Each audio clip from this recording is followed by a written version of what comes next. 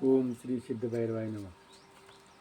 बघा, आता आपल्याला एक नवीन माहिती सांगणार आहे.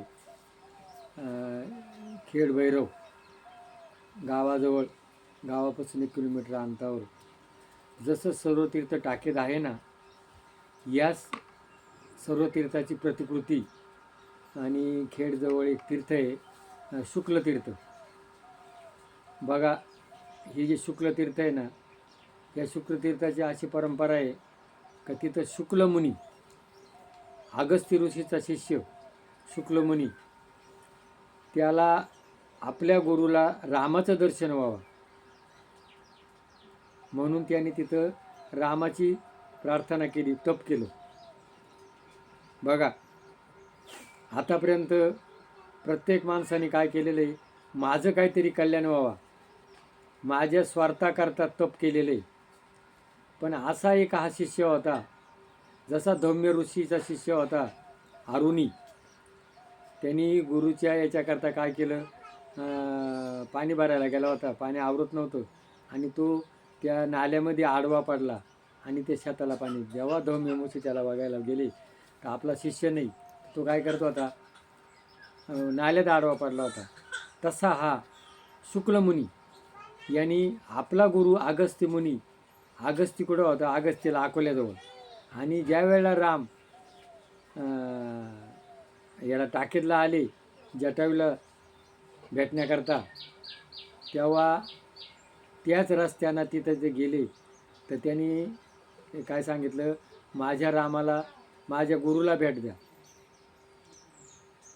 आणि अशा त्या शुक्लमुनीनं तप केलेली ही पवित्र जागा, जसं टाकेचं पाणी रात्रंदिवस सारखं वाहतं, तसंच हे शुक्लतीर्थाचं पाणी सतत वाहतं.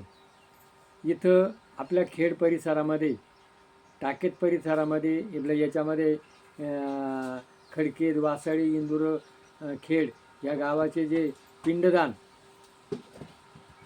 इथं केलं जातं. बघा, इतर ठिकाणी पिंडदान केल्यानंतर त्या पिंडाला तिथं कावळे शिवत नसतात, पण इथं अजून असं काही झाडलेलं नाही का तिथं कावळा पिंडदान झटकन घेतो. का? ही जागा पवित्र झालेली. अशा पवित्र जाग्यामध्ये आज तिथं रामनवमी साजरी होती. तिथं बरेच भाविकांनी याचं मंदिर बांधलेलं आहे, आपलं गणपतीचं, शंकराचं मंदिर आहे तिथं. आता रामाचं मंदिर होतं ते पडलं, आता भविष्यात रामाचं मंदिर तिथं सुरू होणार आहे. आणि अशी ही पवित्र जागा, आणि तिथून प्रत्येक दिवशी खेड ग्रामस्थाचे एक घरामध्ये अशी पाण्याची कळशी असती, 10 किलो वजनाची. आणि त्या माणसाने तिथं जायचं, त्या तीर्थाचं पाणी घ्यायचं आणि ते तीर्थाचं पाणी गावात हनुमंताला, देवीला आणि भैरवनाथाला पाणी घालायचं. ती कळशी परत दुसऱ्या माणसाकडं. म्हणजे असा नित्य नियम, पारंपरिक काहीतरी वर्षापासून हा नियम चालू आहे. आणि तो भैरवाला तिथल्या तीर्थाचा अभिषेक केल्यानंतर भैरवाचं मन समाधान होतं. म्हणजे आपल्या खेडमध्ये शुक्लतीर्थ, सिद्धभैरवनाथ देवस्थान आपलं कुळदैवत, नवसाला पावणारं कुळदैवत. तर शेजारीच कळसुबाईचा डोंगर आहे. तर या तीर्थामध्ये अवश्य या. ज्या वेळेला तुम्ही टाकेतला जाल, टाकेतून आल्यानंतर हे शुक्लतीर्थ आहे आणि शुक्लतीर्थ अगदी पवित्र तीर्थ आहे. या तीर्थात आंघोळ करा आणि आपल्या काय असं पुण्य मिळवा.